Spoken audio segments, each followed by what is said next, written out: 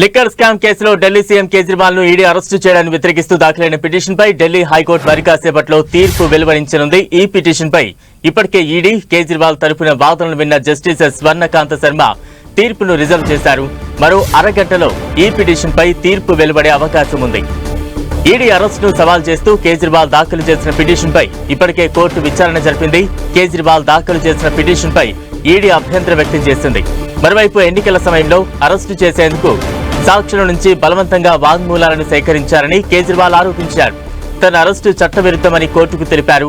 ఇరుపక్షాల వాదనలు విన్న హైకోర్టు తన నిర్ణయాన్ని రిజర్వ్ లో పెట్టింది.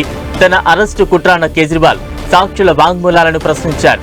సాక్షులు తన పేరు చెప్పే వరకు వారి నుంచి ఈడీ వాంగ్మూలాలను తీసుకుంటుందని, ఒక్కసారి పేరు చెప్పగానే అరెస్టు చేసిందని ఆరోపించారు.